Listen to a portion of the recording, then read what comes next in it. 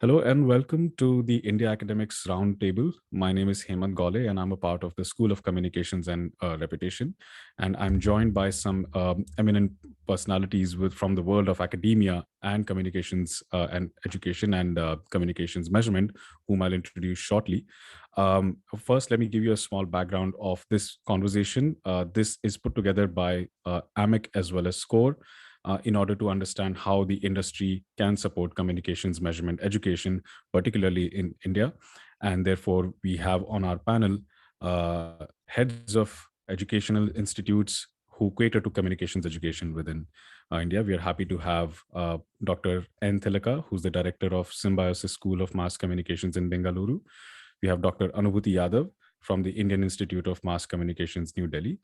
Professor Ramola Kumar from Delhi School of Communications, New Delhi, and myself, I represent the School of Communications and Reputation based out of Mumbai. And taking us forward with this would be Steph Bridgman, who's the chair of the AMEC Academics SIG, and she's a measurement evangelist as well and a great supporter of AMEC.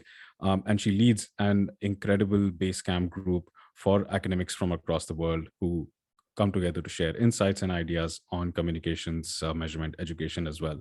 I'd like to invite Steph to talk a little bit about AMEC, the measurement month, and what is it that our members across the world can expect from it. So Steph, over to you. Thank you so much, Hemant, and thank you so much for putting today's session together. It's a real honor to be talking with such an amazing group of academicians. It's right, I do work for AMEC. Well, I don't earn any money from AMEC. I support them on a voluntary basis. I'm on their international board as well. And they tasked me with the job of bringing together teachers and academics in this field with professional practice. And it's something I've been doing for a year. We've put together a really great group. We have representatives on that group from all across the world who specialize in teaching topics related to communications and public relations specifically. Our group enables them to build stronger links with the industry. I've had the opportunity in the past to speak as a guest lecturer with the students from SCoRe and at various other universities across the world. Thankfully, it's been on Zoom so far the past few years. We're hoping at the end of this session to put together a white paper, which we're going to share with the industry, just to highlight some of the kind of key points in relation to India specifically and the communications measurement industry. And of course, we have a new chairman at AMEC, and he comes from India himself, Asim Sood, and I'm very much looking forward to seeing him in London next week when we have our industry awards, the AMEC Awards. So we're in the middle of November right now, and November is measurement month. And the reason for Measurement Month is that it's a month-long program of events. A lot of those events are being held online and available for people to attend across the world. We have a specific page on the website where we have a calendar of events. So if there are any students or teachers watching this session today, we'd love you to go look at that program of events and register for some future events that might be happening in the rest of November. So we have a few questions we're going to put to our panelists today about their teaching and about communications measurement specifically. So without further ado, I'd love to hand back to Hemant to facilitate our discussion. Thanks ever so much. Thank you, Steph. So we'll get on with our discussion now. And as I said, the idea is for us to understand the state of communications measurement education in academia today. What are some of the gaps and how can the industry come together to fill those gaps? So allow me to start by asking the question about the current state of education. And I'd like to present this question to everybody here. And hopefully we can start with you, Dr. Yadav. So can we know about your current curriculum around communication measurement, what it comprises, and what is the pedagogy that you follow to teach it? Okay, thank you so much. Thank you so much, Hemant. In fact, when we talk about communication measurement, right, at present, we don't use this term communication measurement, right? So it's new to me also. But we do have, a lot of input which is related to PR research. We do have like, consumer behavior mapping. So these are the things which we have. And I strongly feel that, we cannot see communication measurement in isolation. So even if like we are talking about public relations, and we do this, and I think most of the communication schools, they're doing it, when the students are working on campaigns, we start with the planning stage, because that's equally important. We just cannot talk about the measurement. We have to, see the whole process. So, the planning part of it, and then the execution part of it, and then comes the, communication measurement. So this is something which we are doing. The only thing is that there are certain challenges which are being faced, especially like when we are interacting with our students and when we are delivering this particular subject. Because when you talk about the communication measurement, it happens, when something is executed. And, when you are interacting with the students, not all the campaigns are live campaigns. So they just do the work and, they just can't measure the impact of that. So that is one thing which might not be happening right now. But since I represent an institute, which is Indian Institute of Mass Communication, a premier institute in communication in India, which comes under Information and Broadcasting Ministry. So as part of that, we do receive a lot of impact evaluation work, from the ministries, different ministries. Say, for example, Jago Grahak Jago, then you have Beti Bachao, Beti Padhao. So this is some impact assessment is our job, and we have a very robust research department. So the way we involve our students in communication measurement is through those research projects which we get from different ministries. So this is how, and that's our pedagogy. You can't, just have, teach communication measurement. Students have to immerse in that particular thing to understand how actually it is done. So this is something which we are doing at IMC right now. And of course, it's part of the curriculum in the sense that, there are different papers. For example, you have communication research, in marketing research, in PR research, but it's part of that. We haven't till now looked at it as a totally different discipline or an area. And that is something which will be my takeaway from this conversation, maybe after listening to Stephanie or like your white paper. So we can do something, more about this particular area. Interesting. A small follow-up on that, Dr. Yadav. Since you're talking about the impact measurement that you do for some government initiatives, and many of your alumni students who graduate go to the private sector and do impact measurement for, let's say, private sector campaigns. How do you see that being connected? Do you think there is what they learn there is good enough to be applied in the private sector, or do you think there could be some extra additional input that could come in from AMEC or PRCAI that could maybe bridge that gap? Yeah, absolutely. I mean, see, there's a vast difference between, what is happening in government sector and what's happening in private sector. The positive of, handling and measuring, the government campaign is that, the scalability is there for the government campaign. Because if I'm talking about the measurement of Jago Grahak Jago or Beti Bachao, Beti Padhao campaign, I'm talking about, huge audience. I'm talking about something which is pan-India. So that's the positive of it. But when it comes to, communication measurement of, something which is related to different products or maybe private companies, of course, there will be certain different things and which our students might require some more input on that. And it can help in that particular thing. Another very important thing which can happen is right now, the case studies which we share with our students are most of the case studies are the government case studies. Maybe like certain case studies coming from AMEC, that this is how we did it. So even if the students are not involved in the process, but they are actually learning through those case studies. So that way, I think, we can get support from AMEC. If you have documented, some of, your work in the form of a case study, and if you can share it with us, and then we can share it further with our students. Fascinating. Thank you. Professor Ramola Kumar, can we come to you and learn about your curriculum around communications measurement and how do you deliver that curriculum? Good afternoon, everybody. We are 27 years old, and we are what do you call an integrated marketing communications program. So we have a broadband bandwidth of communication areas that we deal with. PR is one such core subject, okay? But it is encapsulated within the capsule of marketing, market research, digital analysis, and of course today data analytics and whatever is up and happening. Okay, so because we are an IMC bandwidth program, we cover the scope of measurement within the bandwidth, integrating the bandwidth into a collective measure. Okay, so if I plan an IMC plan for a particular brand, then I'm looking at not only measuring PR effectiveness, but also measuring the effectiveness of advertising in that plan and the effectiveness of the event in that plan, which has an integrated effect on the measurement itself. And it brings to bear the impact of the entire bandwidth. Okay, so that's what we are doing. And like Anubhuti ma'am said, that all issues start with a problem, right? But before that, Anubhuti ma'am, I will beg to add a small measure of variable, which is called Stephanie's variable, which is called research. Problem identification starts by researching and saying that, Haji, this is the problem that is there. So that's where Stephanie's role comes in, to help us to identify problems and see how to measure them, whether it's in the government or in the private sector or wherever we are that we are engaged.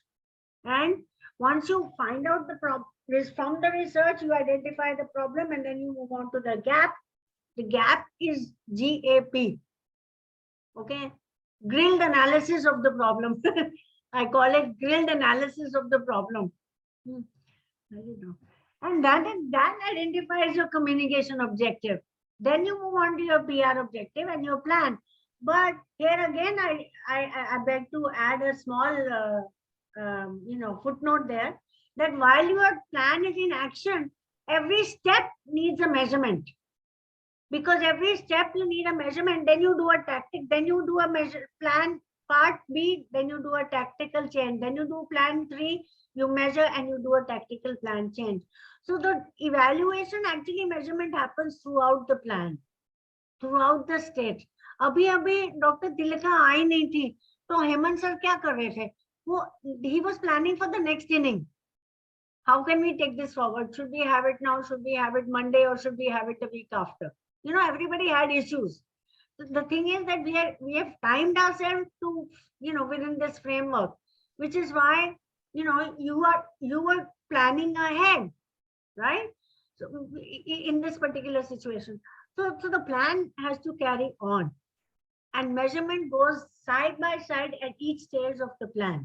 As far as I can see, I don't think that measurement comes at the end of the whole thing. Of course, you take a feedback. Of course, you take, analysis of the situation and look at the crisis that happened and how to not make it happen the next time, etc., etc. But that's, how we identify the first area of the plan part. And our pedagogy is very simple. I'm a very traditional, as you can see my white hair, I'm a very traditional teacher. Lecture, workshops, ongoing PR topical discussions. For example, 1 or 2 topics that my kids are working on, in fact, right now, is PR for Purple, PR for Volkswagen, PR for Horlicks Diabetes Plus, PR for Beauty and Welfare, Khadi, Beauty and Welfare. So we look at either a crisis situation or a problem situation or an existing situation and identify, and I tell my kids, okay, go and prepare a plan on this. This is your budget for this A, B, C, D activity, and you have to prepare a PR plan for it. Okay, and within that plan, they have to identify crisis situations that may come and how to measure the plan's effectiveness. Yes, I'm not a research institution, and therefore research may not be my expertise, but they have to learn research. They have to understand that without identifying the problem properly, you will be wasting your time and money anyway. So research forms the base, and we integrate this with internships that we have.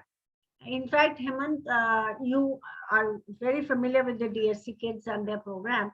We have 2 internships through the 2-year program, and 2-3 months of half-day work.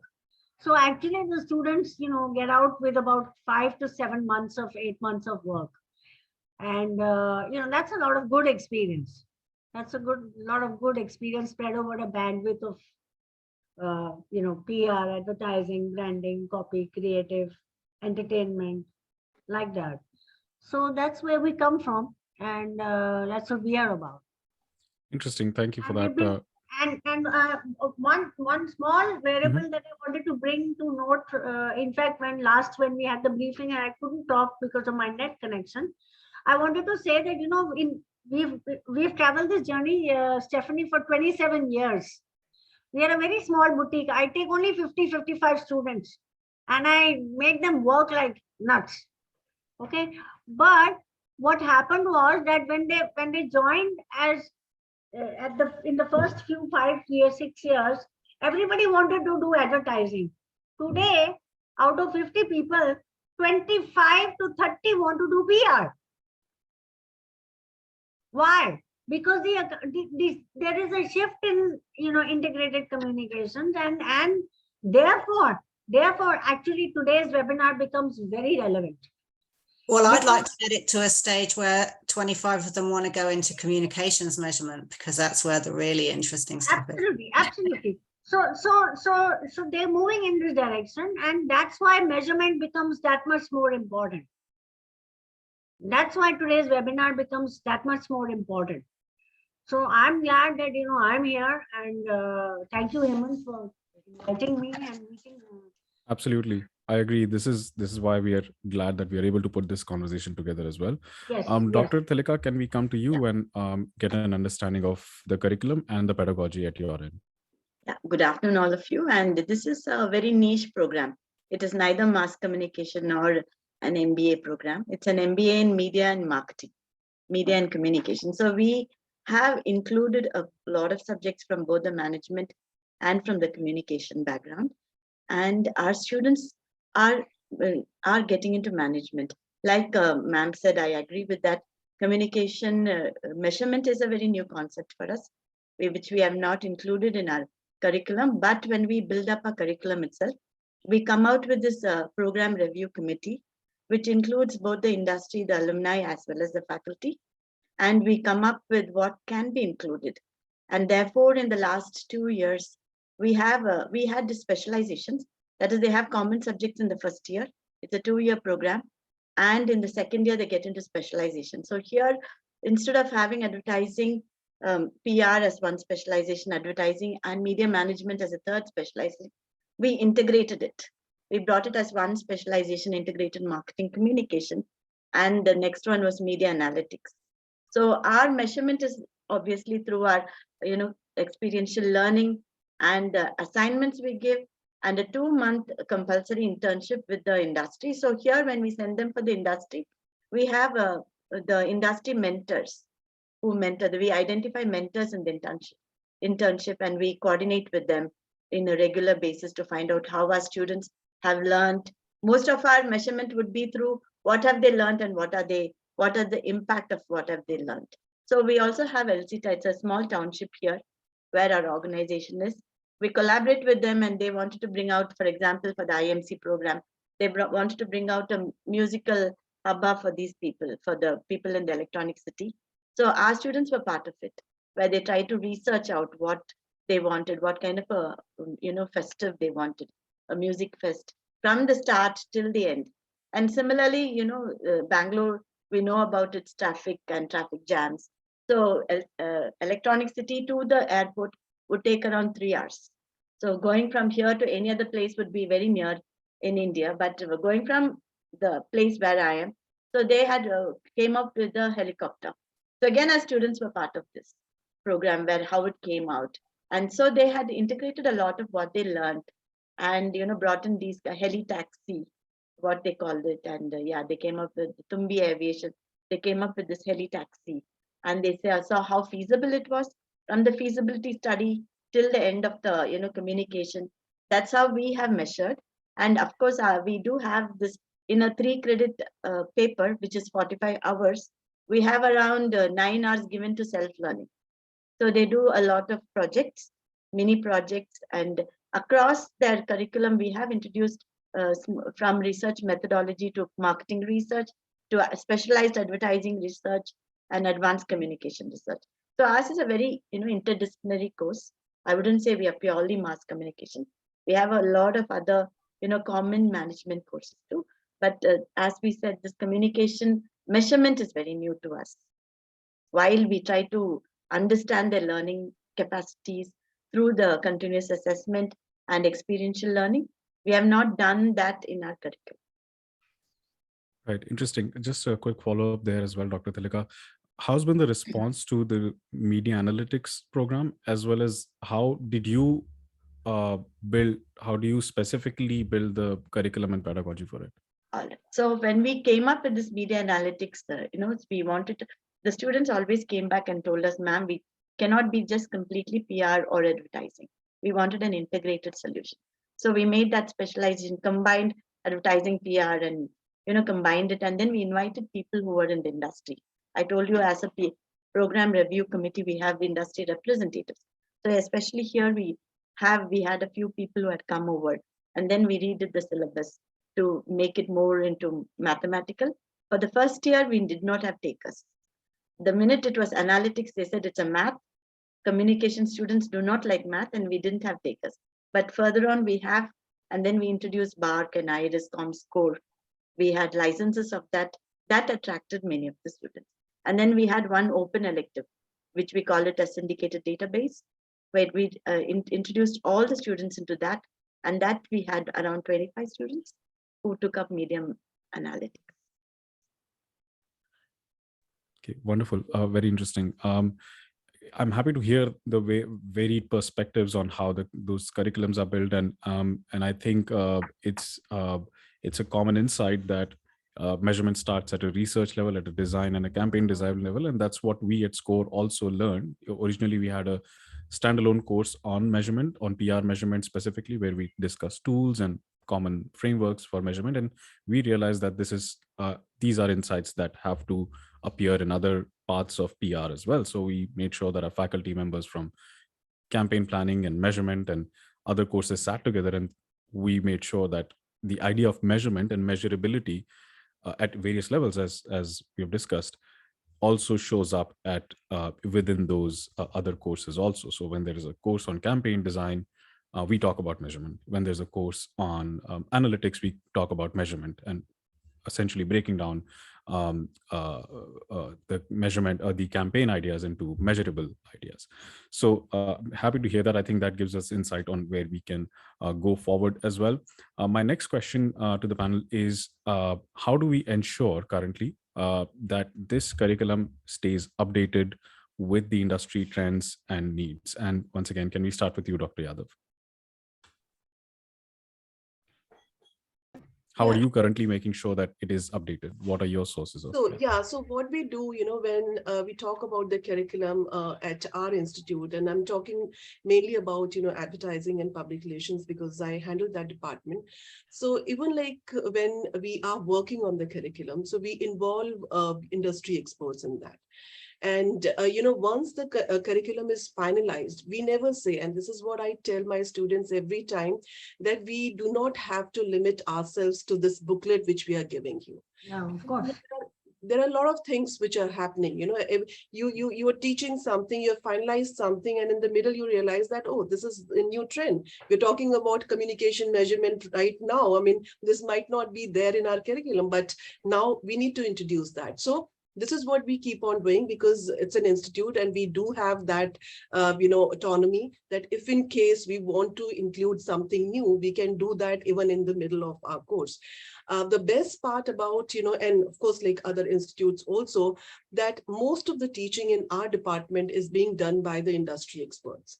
So they bring in their experiences. If they feel that there are new things which are happening and that needs to be introduced to the students, we are very open about it. We never say that this is not part of the curriculum, so this should not be there. We are very open. So whatever they feel that needs to be introduced to our students, we do that. So that's how we keep on updating. It's not something which is updated every year. It is updated as and when we feel that it needs to be updated. It could be after 1 month, it could be after 2 months. So this is what we are doing right now. Another thing is that even as a faculty, we keep attending a lot of faculty development programs, and we do interact with industry associations and all. So when we go and when we realize that, okay, there's something new which is happening, so we come back and we discuss like with other faculty members, and then we introduce that in our curriculum. Another thing which we do is, for example, if there's something which is not at all part of the curriculum and we still want that to be there and that needs to be delivered. So maybe like we invite, people like Stephanie that, okay, we need to have a workshop on communication measurement. We can have a 2-day or 3 days workshop. Please come and conduct that particular thing. So that's how we are updating our curriculum regularly. At the end of it, we feel that, we are responsible for generating workforce who will be working in PR sector or advertising sector. So we just don't want to go wrong that we teach something and once, the students join industry, then the industry people say that, oh, we have to make them unlearn a lot of things, which used to happen in the past. So, we are very cautious about it. And that's why we involve industry people a lot when it comes to curriculum development. Another thing which I was thinking, when we are talking about communication measurement, especially this particular area, see right now what is happening across the, institutes, Symbiosis and other Delhi School of Journalism, communication measurement is something which is being taught by academicians, right? In the sense that those who have not by the practitioners. For example, our communication research paper or PR research or advertising research is something which is being taught by, the faculty members. It is something which is not taught by the industry experts. And I'm 100% sure if I invite someone from the industry, I might not find right people to teach this particular subject. So if the concept is there, where are those faculty members who are going to teach this particular subject? So for example, when the people who are coming from PR agency, ad agency, they're talking about strategy, they're talking about brand management, I don't think that we'll find people who will be talking about communication measurement. And I don't think, I might be wrong, but it will be very difficult for me to find out people in the industry to teach this particular subject. So what is the way out? The way out is either like you people, who are there in the industry, help us out in identifying the right people, or you train us, those who are into academics, people like us, on communication measurement. And I'm sure there will be some difference, the research, Professor Ramola, she's a veteran, right? She might have conducted a lot of research studies, but the way we do it for, the way we do academic research is totally different from, what we are talking about right now, communication measurement. So there will be a lot of difference. And the thing is that we need to find out right people, or if the right people are not there, then we need to find out a platform wherein people can be trained in this particular area. That's a real challenge, isn't it? It's a chicken and egg situation often. Professor Ramola, how is it that you keep this curriculum updated? As an academician and as a teacher who's, I want to give, whatever little I give, I want to give my best, right? Which means it has to be here and now. If it's yesterday's information, it's out. The Japanese believe in the concept that if the innovation has happened today, the product is already obsolete.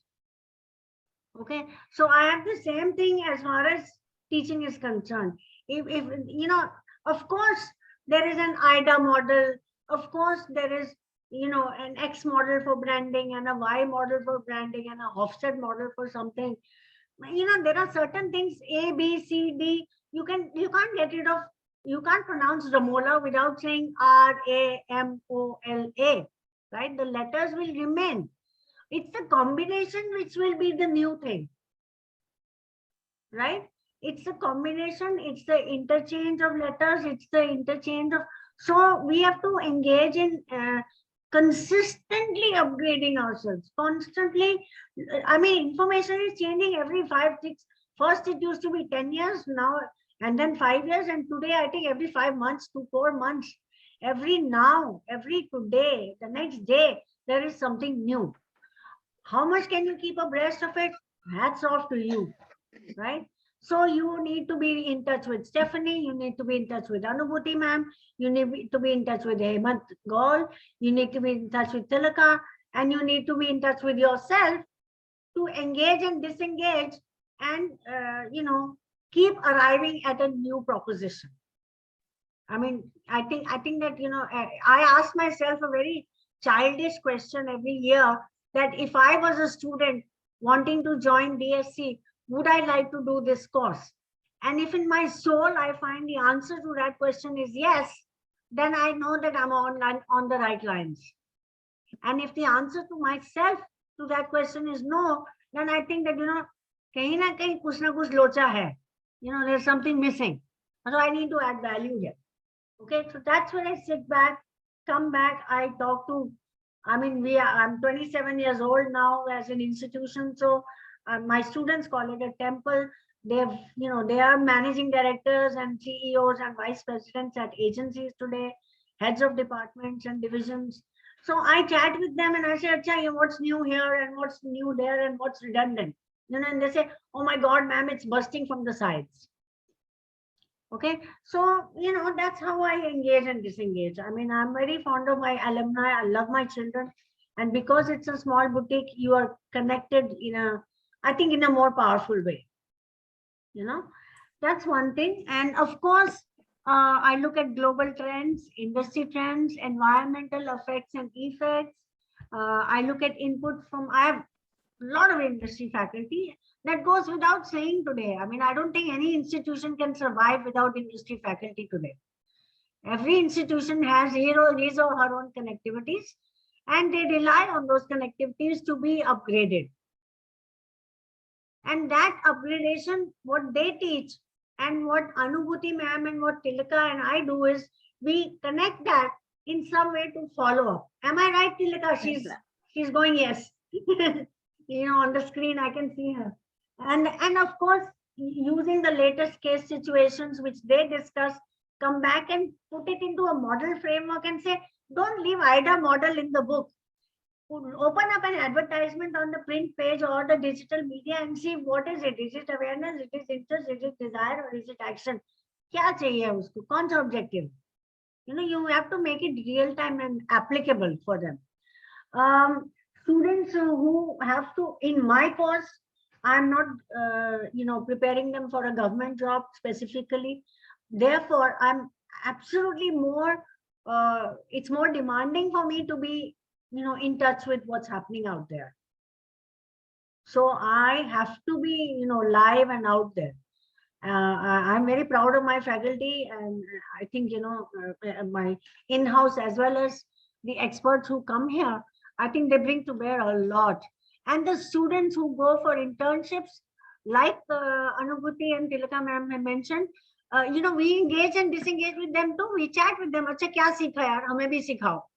As a teacher, if you can't learn, then you cannot teach at all. Simple. And the day you think that you know everything, you are gone as a teacher.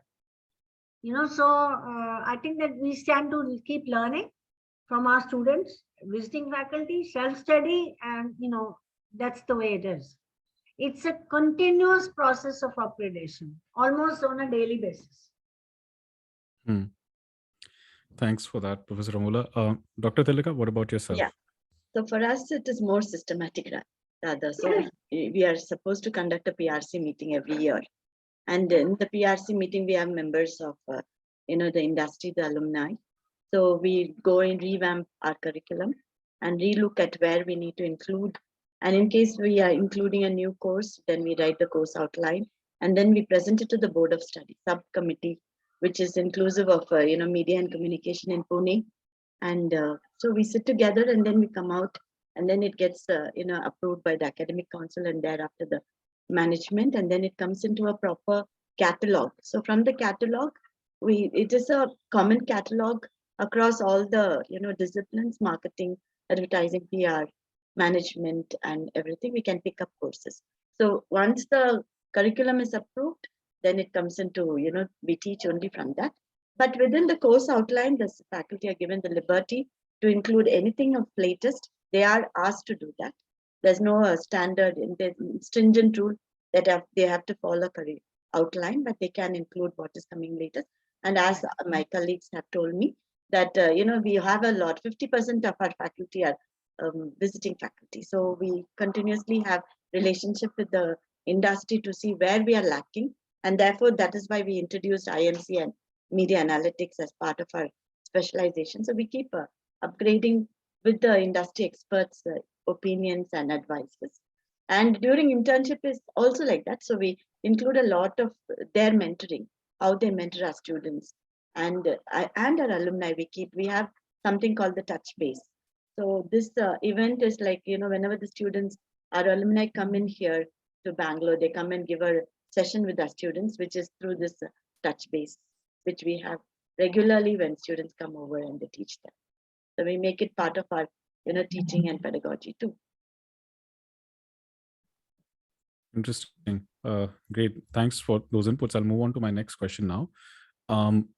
Which the next two questions are about the areas of improvement and what is it that industry associations can do. So what are some of the gaps and areas of improvement that you see in your current curriculum and the way you design it and the pedagogy that you use to deliver it?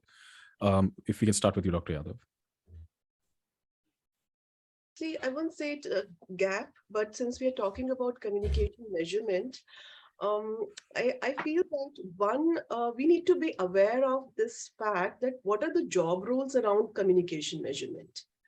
We're talking about, something not new, but of course, like the term is the new. But, what are the job roles? For example, when we include something new, we look at, what are they advertising for? What is the requirement, right? What are those job roles? And based on those job roles, then we include that particular topic and we train our students accordingly. So this is one very important thing. If we are talking about communication measurement, we need to look at PR agencies across the country that do they have any job roles around this thing? Or is it something which is expected from, any person who has expertise in PR that they can do, the communication measurement also. So is it a niche area, specialized area, or is it something which is very generic in nature, which anybody will be able to do that? So that is one thing which, I was thinking, and that is something which we can do and we can ask PR agencies about it. Now coming on to like, what are the gap? The biggest gap which I feel and which I mentioned at the time of the beginning also, that when it comes to communication measurement, we do not have any campaign as such, live campaign as such. So in that case, I feel that, the industry experts, industry people can play a very important role. So instead of every time industry people coming to our institute to deliver lectures, I think they should be inviting or selecting few students to work with them. As Professor Ramola said, that there is a process of having mentors. So this is what we feel, that not always they have to come and deliver their content in the form of a lecture. PR is something which cannot be learned in a classroom, right? So they need to have that immersive experience. So why can't say, for example, if I am inviting 5 experts from the industry to teach public relations, can they take 10 students as a mentees and then involve them in the entire process? And it's a win-win situation for both. My students will get that exposure of working on live campaigns, going to, PR agencies. They'll get that, additional hand to help them out in doing number of things. So this is not a gap, but, it's a gap somewhere, I feel. But yeah, there is a possibility of doing some wonderful work, if the students are engaged with those industry experts. Interesting. Thanks for that. Professor Ramola, Kumar, what do you think? Hemant, actually, because I have an integrated marketing communication course, there are X number of people who go into PR. There are Y number of students who go into advertising. There are, Y minus 1 student who go into media planning. So there are groups of kids spread out across 50, 60 people. So, so wherever they want to go and wherever they train, then in that agency, I look for a mentor and I say, okay, sir, can you, whomever you select from this group of 5 or 10 people who are interested in PR, you take your selection for the internship period, but you give them a good mentor. I don't care whether you get the money or not. I don't care whether you give, I want good mentoring. So that if you have a good teacher who's holding your hand and, guiding you through that 1.5 to 2 months or 3 months internship, that plays a very big role in using what you've learned in class and learning something new from work and then putting the whole thing together.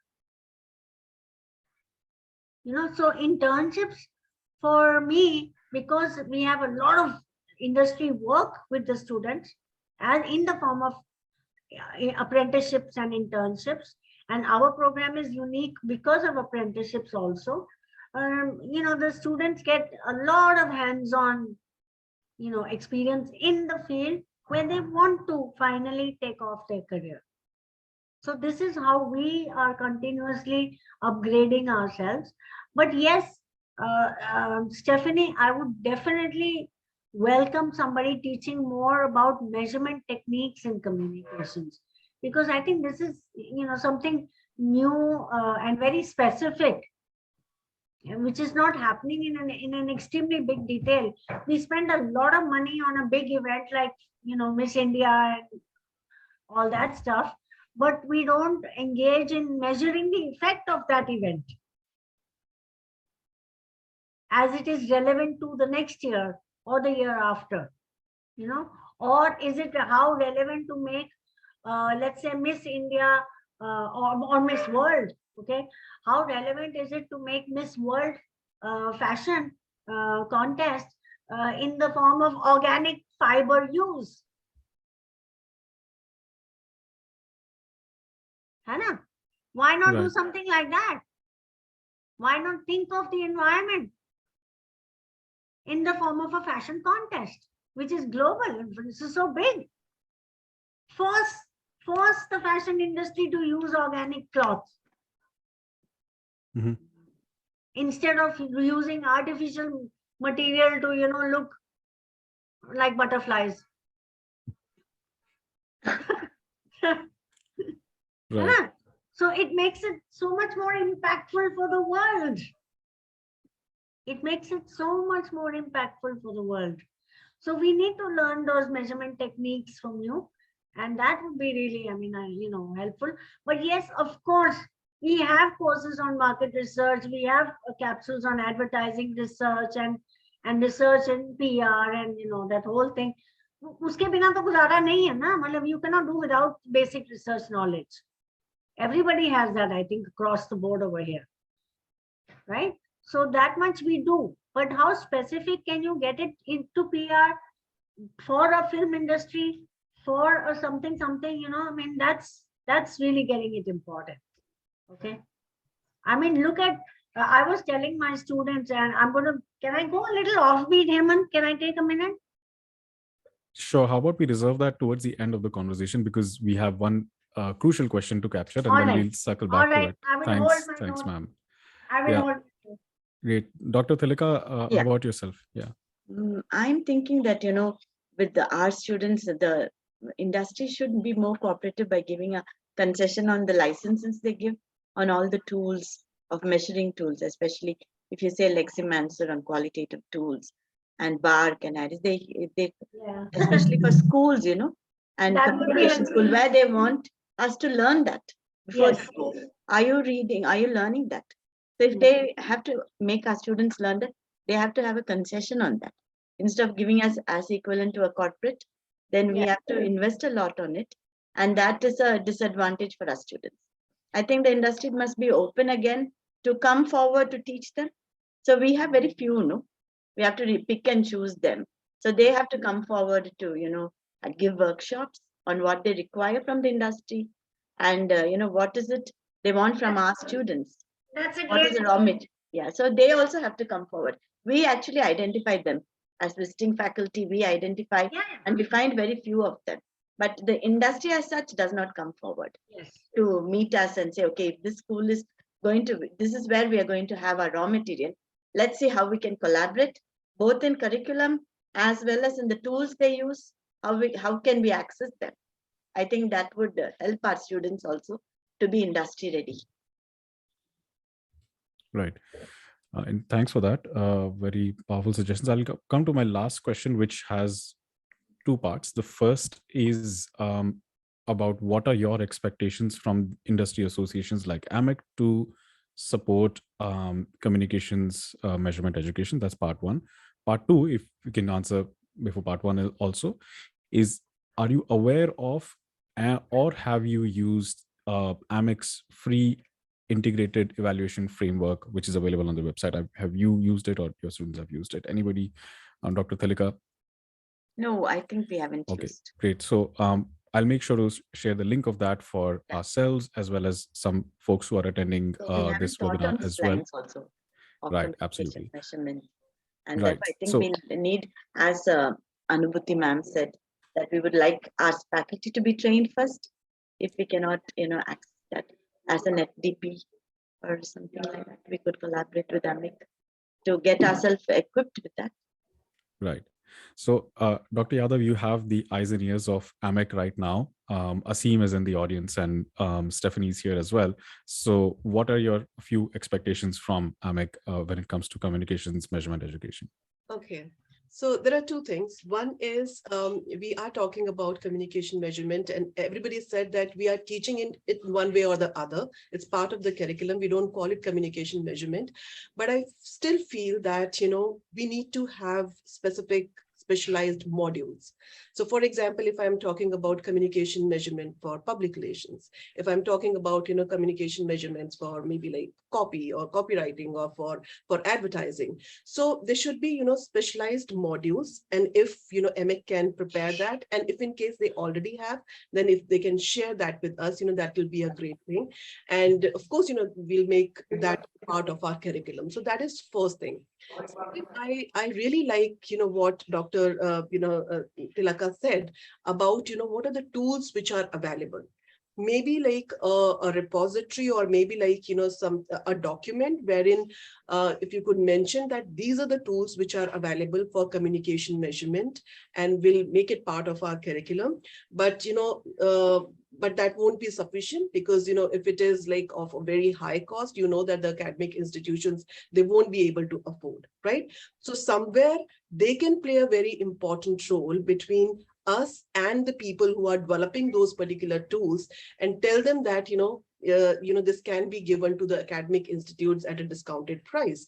Or maybe like when we'll be attending workshops, or maybe like FDP, as Thilaka said, invite them to give a demo of their tool, and in that they can give us maybe like a pro version to few teachers, so that at least we can start teaching that particular thing. I teach data visualization. I have access to number of tools and the pro version of those tools as a trainer.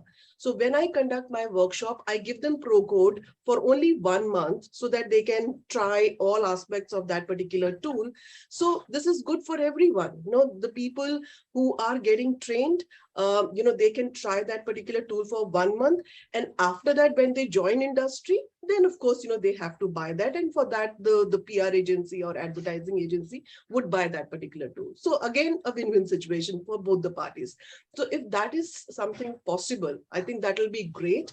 And as Thilaka said, this is a webinar, we are talking about communication measurement, but after this, maybe like one training program could be like 1 day or maybe half a day would be sufficient, wherein we are talking about communication measurement in detail and what AMEC has done. Right? So what modules do you have? What case studies do you have? That will be a great thing. And after that, we can take it forward. We are all there for this. So it's just that, as a teacher, we want to be confident first. If we are introducing something new, first, we would like to learn. we want to have that confidence, and then of course we can take it forward after that. Okay, wonderful. Thanks for that. Professor Ramola, what are your expectations from AMEC? So I had 4-5 things here.